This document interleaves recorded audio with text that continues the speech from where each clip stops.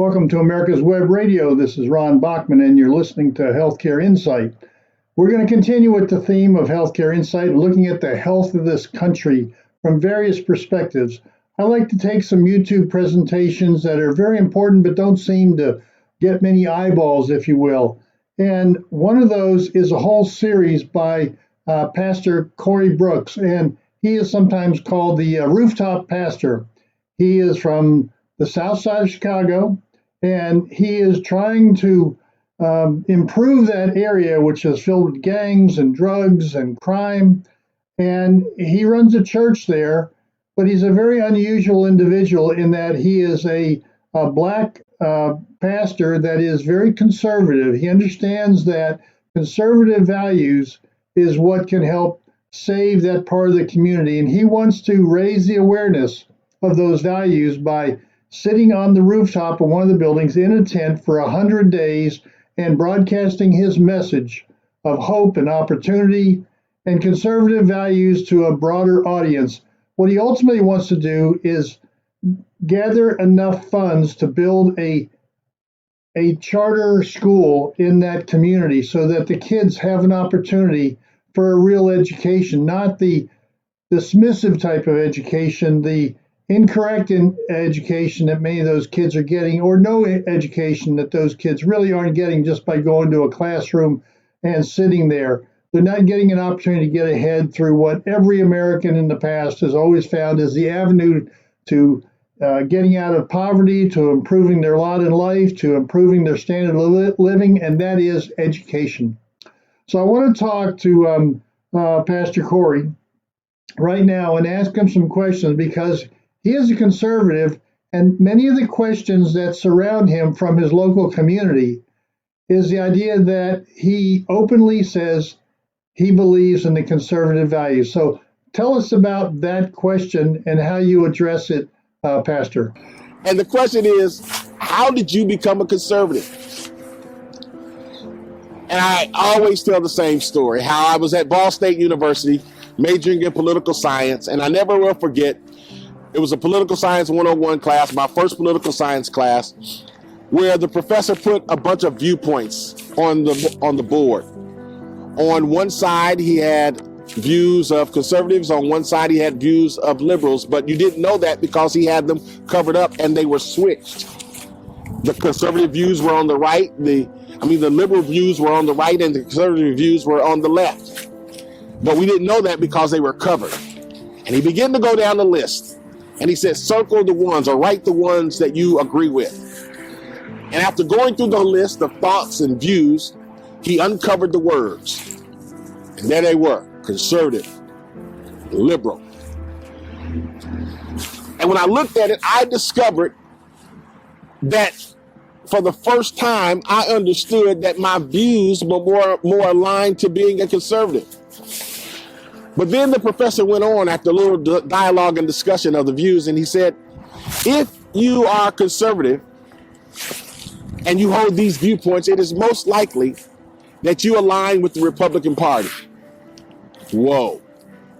If you hold these viewpoints, it's more likely, the liberal viewpoints, you're aligned with the Democratic Party. And for the first time ever, I was challenged with being a Democrat. You know, Pastor, I'm not sure that you became conservative. I think the Democratic Party became far too liberal. I know that in my work environment, I worked for an insurance company that I got the opportunity to go out into the Black community when our agents were knocking on doors, selling insurance policies, collecting premiums from the minority community, something they called debit insurance back then. And they were the insurance man that was one of the few white people sort of accepted and expected to be in those communities. And in walking in those homes, this is in the 1960s and 70s, I saw two pictures that are in almost every home back then. One picture was of Jesus Christ. The other one was of John Kennedy. So this was in some ways before or just after Kennedy had been shot, but he was very friendly and accommodative to the Black community and tried to break areas like the Little Rock school problems and the racial discrimination in the South, even before Lyndon Johnson was so active in doing that as well. So the Democratic Party back then was different than the Democratic Party today. It was more conservative with the kind of values that you probably saw on that blackboard. But as we move forward here, why do you think, or what was the history of the Black community that you grew up in and the idea that you're supposed to be voting Democrat? I had been taught all of my life, and I had seen it in my home, and that blacks are Democrats, and that's just the way that it is.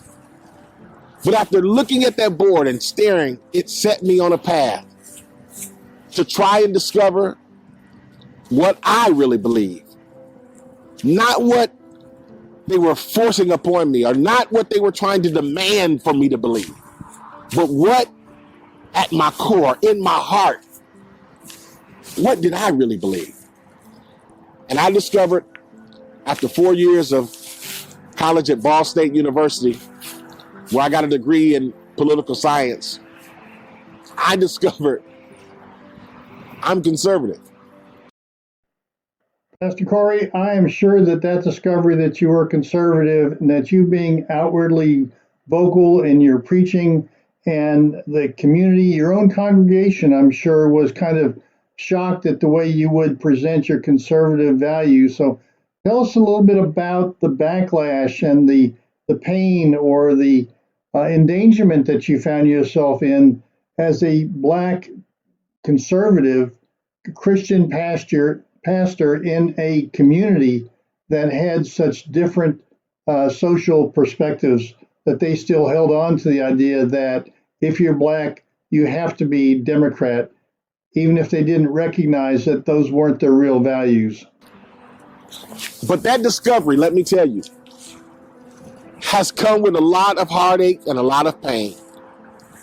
Because see, here I am years later on the south side of Chicago, and being a conservative on the south side of Chicago is not an easy thing to do, especially when you are a Black pastor, preacher in the community.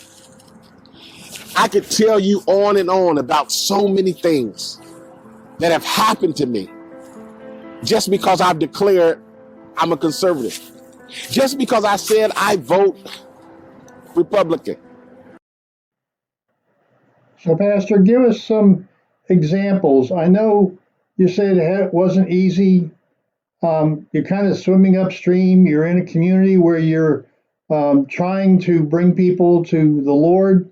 At the same time, the message from the social and political aspect is contrary to what your community believes that they're supposed to do, or the line that they're supposed to follow. So give us some specific examples of how the community reacted to you having discovered yourself that your own true values were conservative. And not that you would necessarily always vote Republican, but that's the way you would typically lean because that's the party that held to those values that you held near and dear. So give us a little bit of background on what happened to you in your own church and in your own community. You wouldn't believe it, but let me tell you, I've been threatened so many times. Do you know that the unions even picketed my church and my house where I live? Do you know that there was a governor that I endorsed? He eventually won, the Republican governor, Bruce Ronald. And when I endorsed him, do you know that my family was threatened so much that they had to move us to a place just to hide, to protect my family because of all the death threats? Being a conservative has had a great price. Pastor, I know you're speaking from that rooftop during this 100-day period of trying to make a statement about what needs to be done to change the south side of Chicago and around that church area that you're trying to improve. our audience may be hearing some funny sounds in the background, but those are the sounds of the street of South Chicago. Some of it ambulance noises, some of it police sirens, some of it other noises. So I hope our audience can sort of understand that we're speaking to you as you are actually camping out on a rooftop. So as we sort of just accept that background noise, tell us more about your actual church. I mean, this is your baby that you're trying to grow, the people you're trying to reach. What happened to your church congregation, and how did you stick to your own basic principles of you knowing who you were, and after having gone through this deep thought, how did you hold to your faith inside of your values as well as your faith in Jesus? Do you not know that because I decided to say I'm a conservative and I'm a Republican and I'm not going to budge on it, I lost 3/4 of my congregation. I lost 3/4 of our budget just because I said I'm going to be conservative, that I hold conservative values. But here's the heartbreaking thing. Do you not know that most blacks hold conservative values? But we have been so indoctrinated to believe that we must vote Democrat. There is no other way. I'm hoping and praying that my example of being steadfast and showing people that you can be different, that you don't have to abide by the status quo. I'm praying that it will show people that you can stand on what you believe. So here I am on this rooftop, a conservative black preacher on the south side of Chicago, trying to do the very best that I can possibly do for the people in our community, for the people in Chicago, and for our great country. And for that, I don't believe I have anything to be ashamed of. Well, Pastor, you certainly don't have anything to be ashamed of, and I'm sure our audience is excited about hearing a leading black member of the Chicago community, where some of the worst dangers of street violence and crime and drugs and liberal policies is destroying the black community, that you're speaking out and you're trying to make a difference there. So I want to come back because I know you've got some opinions as well on things like education and opportunities and how you actually would change some of that area that is so blighted in the South Chicago area. Because if you can do it there, you can do it everywhere in the United States. So let's take a quick commercial break, and I want to come back with Pastor Corey Brooks. Welcome back to America's Web Radio, and this program is Healthcare Insight. I want to continue with this discussion with Pastor Corey Brooks. He's a fascinating guy who's really kind of swimming upstream in his community, trying to promote conservative values, self-help, the things that can actually promote and increase the value of an education, of getting ahead, of taking advantage of opportunities. And Pastor Corey, tell us more about exactly where you are. Our audience may not be familiar with this idea of your 100-day mission of getting out the word and sort of a self-sacrifice to raise awareness of what's happening in your community. So tell us where you are as we're asking these questions. I'm still here. That's right. Right here on this rooftop for 100 days on the south side of Chicago, on the block that has notoriously been called O Block. O, after a young man named O.D. Perry who was shot and killed. The gangs picked up the name and started calling it O Block. I decided I'm going to keep the O, but we're going to turn it into Opportunity Block. So I'm on this roof in this tent for 100 days to bring about the awareness and the attention to the violence that we experience every single day in Chicago. Well, Pastor, I know that the awareness is an important part of your messaging to reach as many people as possible about the changes necessary in that community. But I know that there's something very specific that you have in mind about what you want to do after you raise that awareness and hopefully raise some funds as well to do what?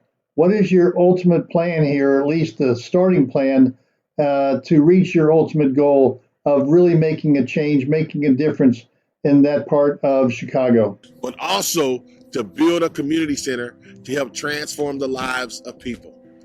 Every day I wake up with a thought, an idea, a solution, and I'm grateful to talk about those things on these rooftop revelations we call. I woke up with a thought, and I've been thinking about it all day. Pastor, I can't wait for your ideas. You have been so on the target every time you come up with these revelations in your sleep that you bring forward to the audience. So tell us what this is all about and what kind of vision, what kind of examples do you have to show us the value of what I think you're going to get into. One of your hot topics for a long time has been education. Tell us about that vision that you had of what's going on in Chicago and surrounding areas that has brought this idea of improving education, of building a charter school in your area.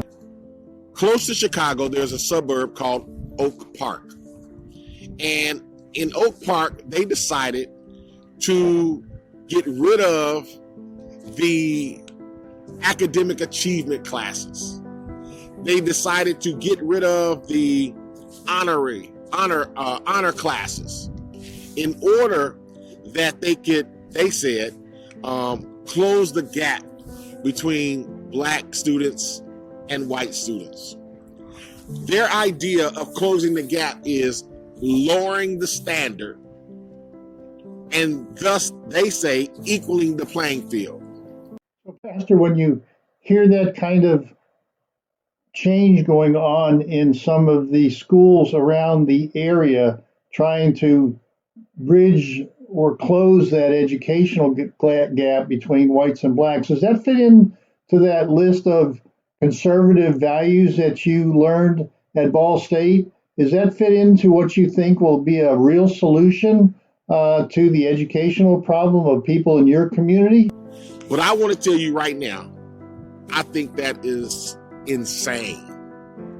Because what you're really saying is that black people can't achieve, that black people are not smart enough, that there's no way we could close the gap on our own. So we need your help to lower the standards for us.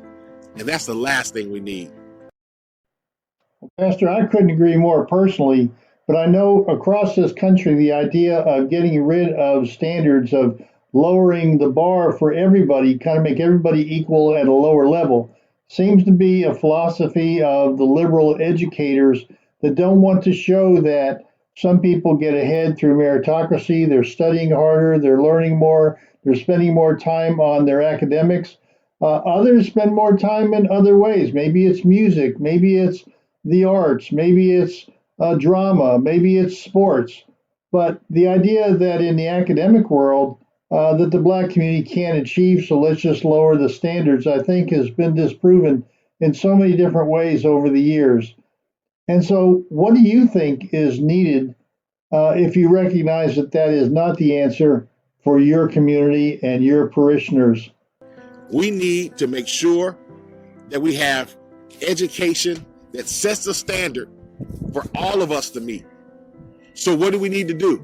Invest in education at early ages, in early stages. We need to make sure that our children are learning the things that all kids are learning. We need to make sure, that's the reason why, matter of fact, I promote school choice, because I really do believe that sometimes the public school system is failing our children, and we as parents should have a choice to choose for our kids the school that is right for our kids, not because they're assigned to a neighborhood and not because they're assigned to a certain zip code. And even though that school may be low performing, your child still has to go there? No, absolutely not.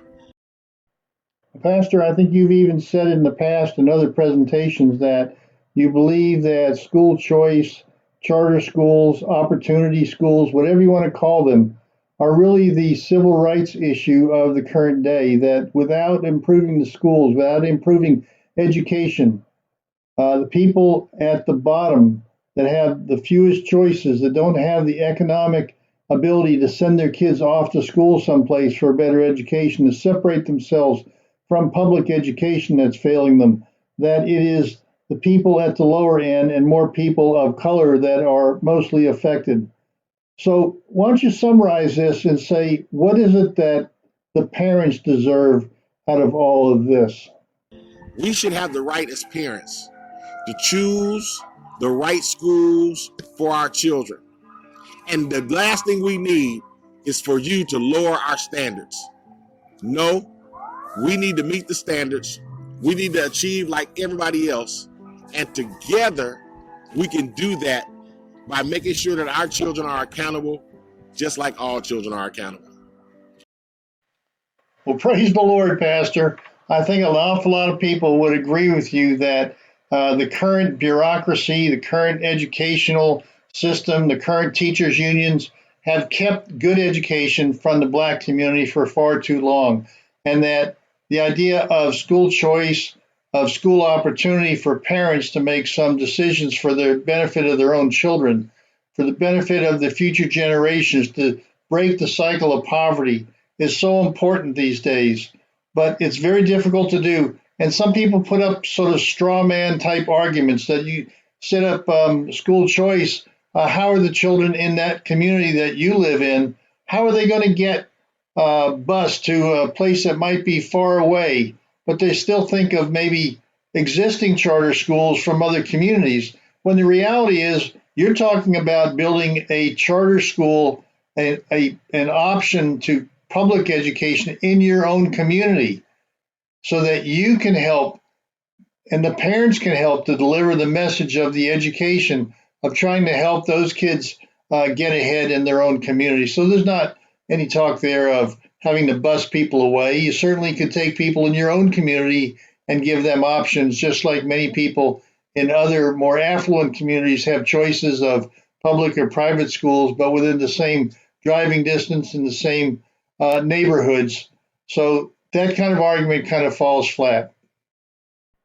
Pastor, give me your thoughts about the achievement gap. You've given some ideas of what you would do, but tell me a little bit more. Tell our audience a little bit more about the achievement gap as you see it. Personally, I care far more about educating the child than what color he or she is. That's because a poor black child and a poor white child have far more in common than a poor black child and a rich black child. But let's put that aside. I will address this black-white achievement gap because it needs to be addressed. Lately, I've seen some of the most insane ideas come from the left on how to close the gap. Up north, just above Chicago, there's a town called Evanston. In their school district called District 65, only 30.6% of black students met the college readiness benchmark in reading, as opposed to 83.7% for white students. In math, the gap was even wider. Horrible numbers. But what was even more horrible were the proposed solutions. Pastor, I understand that school district could not find any rational reasons for the disparity in those numbers that you just shown, and so they started blaming it on historical issues of racism and the abuse of the black community. They certainly didn't look at the abuse of the black community by our political class, which did not provide for a good education in those areas that needed the most. So how do you interpret all this? Where do we go from here, given that the school district itself won't face the reality of what the problem is, of parent involvement, of school choice, of the things that you want to see done? How do we address this? They gave money to outside racial justice organizations to talk about these things like white privilege. I say it's all hogwash. It's insanity. Worse, what's even worse is that they're setting up black kids to fail even more. And that's the real crime. That's the crime that needs to be talked about. What will close the gap is simple. A true and honest and vigorous education. In this light, good public charter schools are the very way forward. We have seen them close the gap in New York City and elsewhere. Success Academy and Eva Moskowitz is just one example. They can fire the bad teachers. They can correct wayward students. They are not bound by ineffective racial injustice issues. The good charter schools are not concerned with meaningless optics, but with educating kids. This is not a mind-blowing situation, but I will say this. We have grown so weak as Americans that we allow this kind of racial justice idiocy to undermine our kids' education. We need to all step up and say enough is enough. I know I have to. I'm on the Southside where racism is the least of our problems. Education is one of our biggest problems. And that's why I'm fighting so hard to educate these kids and why it's my goal to open a charter school within Project Hood Community Center. It will happen. It must happen. Our kids need to have a fighting chance, and they need to have someone fighting for them every single day. That's the reason why I promote school choice. I believe it's the best way to go, and I believe it's the best way for our children.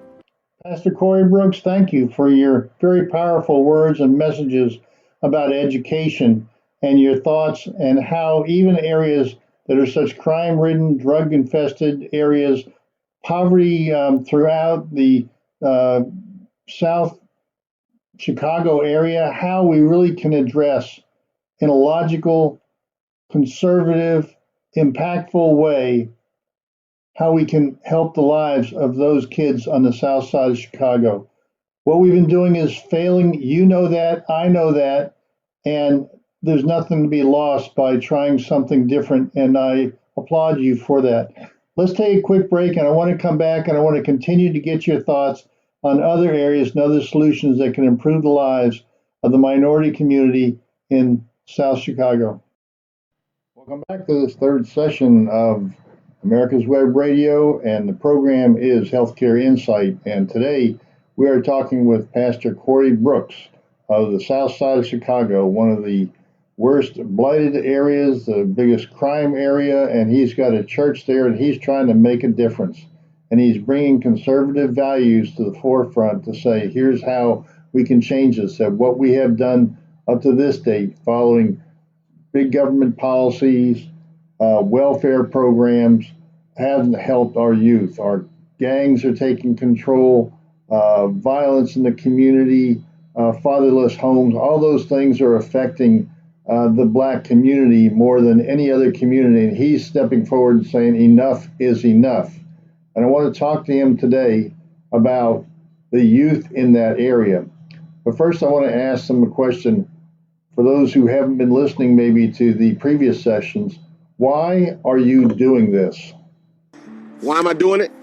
I'm trying to bring about awareness to crime that is going on every single day, and also specifically to raise funds to build a community center in a neighborhood that desperately needs it.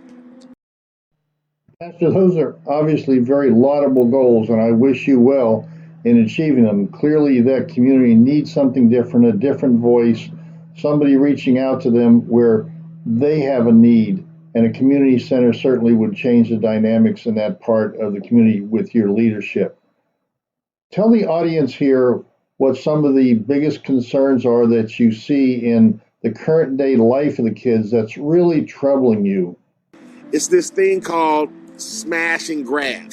It's where these kids get together and they run into department stores or other stores that have any type of material that's worth something of value.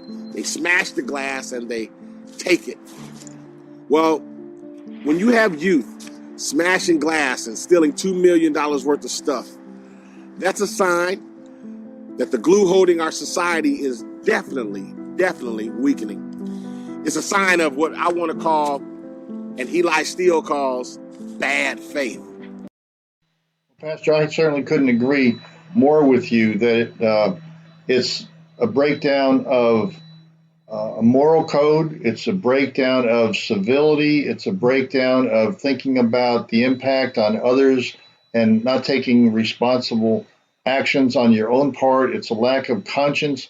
But you talk about as being bad faith is another way to describe it. Give our audience a little bit of an interpretation of what bad faith means to you. Bad faith means one doesn't have faith in society. In bad faith, the world. They don't trust it anymore. It's every man, every person for themselves. And that's what we're seeing in our youth, especially here in Chicago. So, Pastor Corey, this breakdown in society, where does it begin so that you would know where to try to solve the problem? Or does it matter where it begins, just that we need to look at moving forward with trying something different, with trying to reach people where they are, with the problems that they're addressing, with the poverty and the crime and the drugs? Where did all this start? Does it begin in the home? Does it begin with poor educational systems? Or does it begin with government dependency? Well, at this point, we can debate where the problem was created, but we're beyond debates right now. We know the glue holding society has weakened to the point that we're seeing these ridiculous headlines every day about crime. And all I know is that we need to do our very best to restore the good faith in our society. So, Pastor Corey, you talk about bad faith, but what is good faith? How do you see making the kind of changes to create this social compact of good faith and believing in themselves and the future, in the community, in the American dream and opportunities? How do we create the good faith? Good faith is to give our youth something to care about, to believe in. And the problem right now is that our kids have nothing to believe in. They see failure everywhere. That's why we at Project Hood are trying to raise money to build this community center. It's a way of showing these kids who didn't choose to be born here that there is definitely a better life. That society cares about them, that their neighbors care about them, that their families care about them. With that good faith, we can restore the goodwill and respect in our society. We simply have no other choice, or the headlines are going to get worse. My goal is to restore that good faith. Well, Pastor Corey, I know that in trying to bring young people back into the fold, to have a conscience, to have trust in the system, to have trust in themselves, to look for an American dream opportunity that they can only wish would happen in their community, and they don't feel that very close to that. I know that you have been very big on the idea of equality of opportunity, not equality of outcomes. Can you give us a little bit of the perspective of why that is so important and what you want to talk about during this segment? Today, I want to talk about the equality of opportunity. Today, the argument for equality of outcome is all the rage. Institutions across America are lowering the standards so that we can all be equal in the end. But you know what that really means. We're all equal on the bottom. That's not what we're fighting for on the Southside and in other impoverished neighborhoods across America, whether they be brown, black, or Asian, whatever. If equity is what we're fighting for, then we may as well as lay down and give up, because there is no American dream without the equality of outcome. That's why we're fighting so hard for equality of opportunity. Pastor Corey, again, you're focusing so much on the South Side of Chicago that is in desperate need of something different.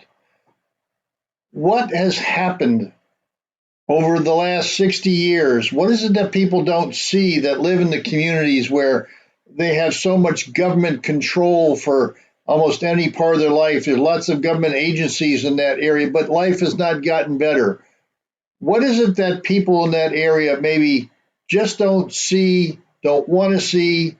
They're blind to the forces that keep them in that community, in the poverty, in the family structure that's been broken down. What is it that people in those communities really need to awaken to?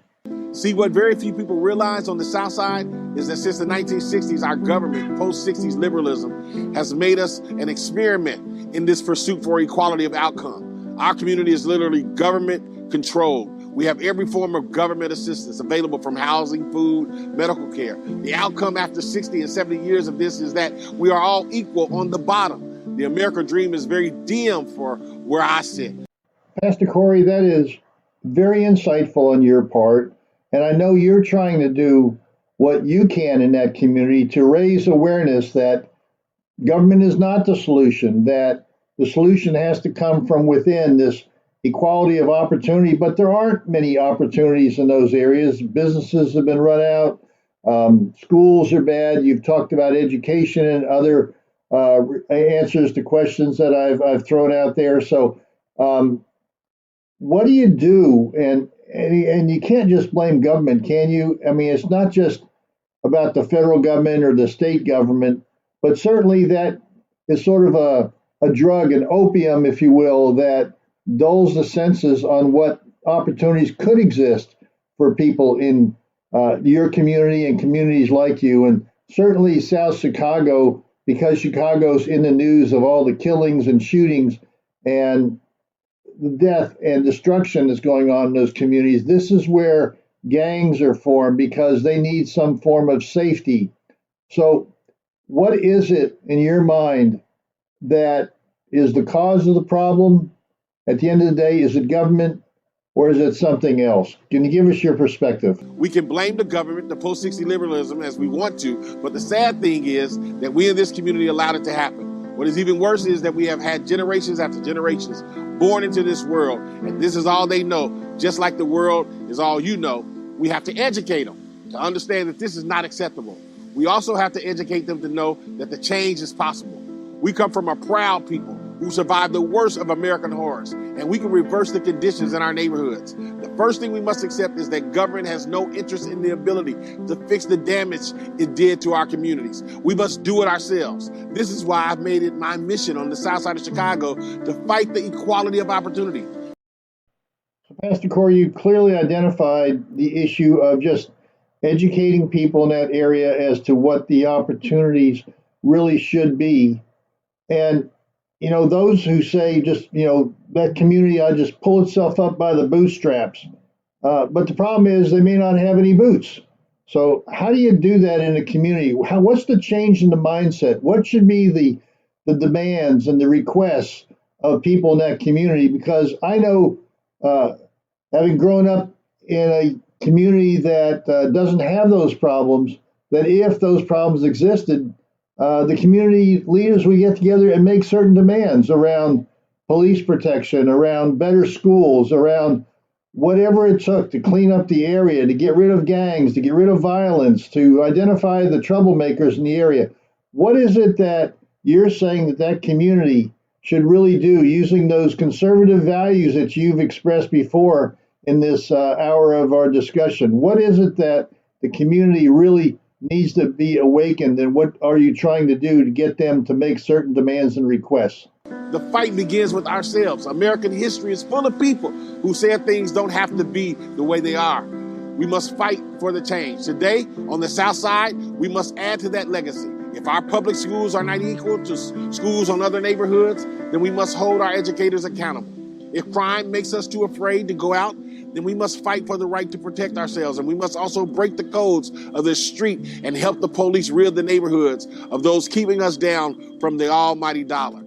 I could go on, but you get the point. The pursuit of equality of opportunity begins with us. We must awaken our spirit. We must take the first step. And we must be taking the first step for years. Project Hood. We've been taking those steps. We've been helping countless of people pursue the path of equality opportunity to succeed. Pursuing equality, the outcome. That is why we must pursue the equality of opportunity with everything that we have. It is our daily hope, our universal hope. That is why we strive so desperately to make sure that we have the equality of opportunity.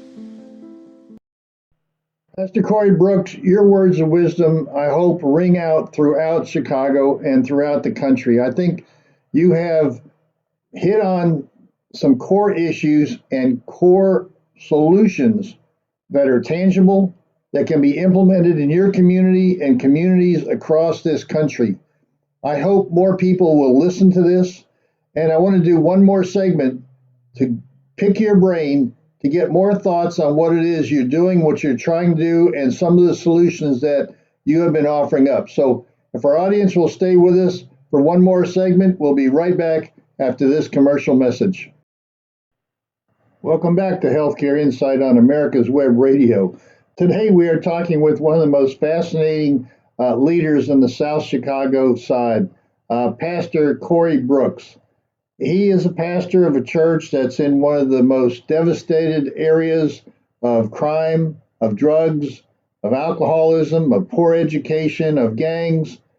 The shootings that you hear about, he has to deal with handling family funerals for his congregants out there because there's so much going on in his community that none of us would want to have in our community, and certainly not the kind of impact on families. We wouldn't want that for our own family. So I want to continue with this final segment on getting some words of wisdom from Pastor Corey. And I call him Pastor Corey because that's the term of affection in talking to pastors, at least in my world. So rather than Pastor Brooks, I call him Pastor Corey because he is a fascinating guy who has got some different ideas about how to deal with the kinds of poverties that we see in areas like Chicago. Now, going back to Pastor Corey, I know that you get a lot of feedback, many times negative feedback about what it is you're doing, but tell us what you're doing and then some of the naysayers, if you will, the problem people out there that are just telling you can't do what you're trying to do. Give us a perspective of how difficult this task really is for what you're trying to do, both monetarily and socially, the feedback and negativism that you've experienced. We're trying to build a community center that costs upward of $35 million, and we're going to do it. And today, I got a thought from an email. And the email, I'll surmise it, just basically went something like this. Who do you think you are? Don't you think $35 million is too much for a center? And don't you know you can't save everybody? And I realized at that moment, everybody isn't for you. Everybody isn't going to cheer for you. Everybody isn't going to applaud you. There are going to be times when people are just outright haters. And they don't want the best for you or the community. And you can let that stop you, or you can let it motivate you. So, Pastor Corey, how do you deal with that kind of negative impact when you know in your heart you're trying to do good for your community, you're trying to do good for the youth in that community, for the mothers that have to worry about their children's health and safety? How do you respond or react when you get that kind of negativism sort of thrown at you, like, who are you and why do you think you can do this? And, let the government do it, but you know that the government has failed in the past and has not for 60 years changed the dynamics or the family prospects for those people who live in those communities. So how do you deal with it? Because it must be aggravating. As soon as I read that email, I was a little downtrodden until I remembered a story about an old man who was walking along the seashore, and all of these starfish, thousands upon thousands upon thousands, had washed up on the shore. And this old man was walking down the seashore, picking them up one at a time, throwing them back in the sea, picking them up one at a time, throwing them back in the sea. This person saw him doing it, and they said, "Who do you think you are? You're a stupid old man. What do you think you're doing? All of those starfishes have washed up on the shore, and who do you think you are? You can't save all those starfish." And the old man looked at him and said, "You know what? You're right. But at least I can save this one." And that's kind of how I feel about it. We may not be able to save everybody on the south side of Chicago. We may not be able to impact everyone's life. But there are some people that we're going to reach. There are some lives that are going to be changed. And even if it's just that one little boy who's without a father, that one little boy who's looking for guidance, even if it's just that one little girl whose mom has been lost in the world and she finds herself troubled trying to find her way, we'll save just that one.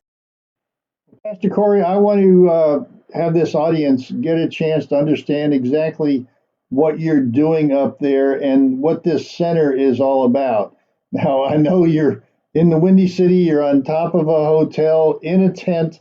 I know you may have a fire pit around to keep you warm, but as we go into a little bit of discussion about the actual project that you're talking about, Project Hood, have you ever thought about doing this not so much in the cold, windy city of Chicago in the middle of the winter? Maybe doing it during the summertime? Well, I think more people will pay attention to what I'm trying to do, and we can bring more awareness to the violence that's going on in Chicago, around the world, and that's what's really important. And on top of that, we really need to get this community center built. Okay, fair enough. You probably get more attention because you're actually having to go through some discomfort and some pain by doing it in the wintertime. But I want to talk now about this Project Hood. And as I understand it, Project Hood stands for Helping Others Obtain Destiny. So it's this whole idea of an opportunity society you're trying to create within this area of poverty and create an increase in awareness of what can be done. And you're trying to be a mentor towards the children, the youth, the teenagers in this area, the people who are looking for somebody to help them out. Tell us about what this Project Hood, this $35 million that you're talking about, what will it provide? What services, what facilities will it do that aren't already available in that community? Give us a little bit of that detail, if you would, please. So the community center is going to be, we call it, it's an entrepreneurial school. It's a place for trauma counseling. We have music and arts. We have a swimming pool. We have basketball. We have a trade school. It's a myriad of things that we believe are needed to help our community transform and help individuals take responsibility for their lives and change the trajectory of their lives. So we have a lot of programs that are going to be there, our violence prevention program. And I'm really excited that we're going to have 4 restaurants in there as well. So, Pastor Corey, tell our audience again. I know you've been trying to raise. You mentioned several times the $35 million. How far along are you in that, and how are you trying to raise that money through corporate donations, personal donations? How is all that progressing to date as we sit here today? So we're looking to raise $35 million is what it's going to cost. We have about $7 million in commitments and money. Some funds have already been turned in. So we have a very, very long way to go. And since I've been on the roof for, I think this is day 16 now, we're at about 350,000. So we have a long way. Okay, so tell our audience how all this works. You're sitting up on a rooftop. What can you do in terms of, you just stay there? You stay there all night? Do you come down? Do people come up and visit? What do you do for bathroom breaks? What do you do for emergencies that might occur? Family issues? Tell our audience how difficult this actually is, because it is so important to you. You want to make a statement, and you're putting yourself on the line for this because you have a daily job of being a pastor in a church. So how does all this work? Yeah, there's no coming down for breaks, no coming down for bathroom, no coming down for anything. Unless there's an extreme emergency like we had on Saturday. There was a double funeral. A young man was killed and his mother was killed 2 days later. We performed that funeral. That was the only reason why I came down. But unless it's something like that, I'm going to be on top of the roof and I'm not coming down for anything. Well, Pastor Corey, you obviously are putting yourself out there and you're making noises that are being heard. And I want to commend you for that. Isn't there just a lot of violence in this area that you're trying to address as well? Absolutely. There's a lot of violence and a lot of people are being impacted. But I just believe we can do something about it. I believe we can turn it around. I'm not pessimistic like some to believe that the violence will never stop in Chicago. I believe it will stop. And that's one of the reasons why I'm on the roof. And that's one of the reasons why we issued a CEO challenge, that a lot of CEOs are coming to the roof and helping us out. And we really appreciate that. So, Pastor, we only have a few minutes left. Can you tell our audience a little bit about what your day is like up there. I know we've been talking here, and you've been giving me feedback on your ideas and your thoughts for this new center. You've described the details of the center, but are there people coming up to you? You mentioned CEO Challenge. Are there CEOs? Are there influencers, if you will, people trying to reach out so that you can reach your financial goals, providing some emotional support for your cause and the direction you're going in? Tell us a little bit about sort of what your day is like when you're up there on the roof. So our day is filled with the guests who are scheduled to come. Those who are scheduled to come, we try to use their network and their influence to reach out to donors and send emails. We spend a lot of time doing that. However, there are people who pop up who were not scheduled and drop off donations, and we really appreciate it. And we just try to make the most of it, but we try to make sure that everything is scheduled. Pastor Corey Brooks, it has been a pleasure to talk to you, to hear what you're doing with Project Hood, the good that can come out of this, both as an example to other parts of Chicago, other downtown areas and major metropolitan areas, a lesson for people across the country, a lesson on how a feeling of optimism, a feeling of love for your community can make a difference. And I know that this has been a long-term dream of yours. So tell us about that you started about 10 years ago, as I understand. So let's wrap up with you describing a little bit about the journey that you've been going on for the last 10 years. So this isn't something you just decided 100 days ago to go on this rooftop. That's to bring some final awareness to this project that you want to kick off. But it's been in the works for about 10 years, and you've been doing programs in the meantime under this moniker of Project Hood. So let's wrap up and tell our audience a little bit more about what you've been doing and how this project has been taking off. Always focus on our programs. So we built our programs and they're going very, very well. Mm-hmm. However, we've started on 10 years ago trying to start on the plans to build a community center. And at that time, I didn't realize it would be so difficult and so hard to get plans together. Money, I thought people would just initially join on, but it takes a lot of time to get the plan. You have architects, and we have a great architect, and get people on board to get donations. Because one of the things too, we could have easily broke ground, but we don't want to be in debt. So our goal is to build a building debt free so that we can invest all of our money in programs and people. Okay. Once again, Pastor Corey Brooks, I want to thank you for all the effort that you're putting in, all of your heart that you're putting in, and all of the energy that you're gathering around yourself. You are truly a blessed man doing God's work out there. And I want anybody in this audience who wants to participate in any way and understand this a little bit more, they can go to your website, projecthood.org, and find out all about the projects you're going and even how they might be able to contribute some of their time, talents, or treasures to your project. So to our audience out there, I want to thank you for listening to this. I hope you will join us again next week as we delve into an interesting and timely topic that I think you'll find fascinating. Thank you, and we'll see you next week.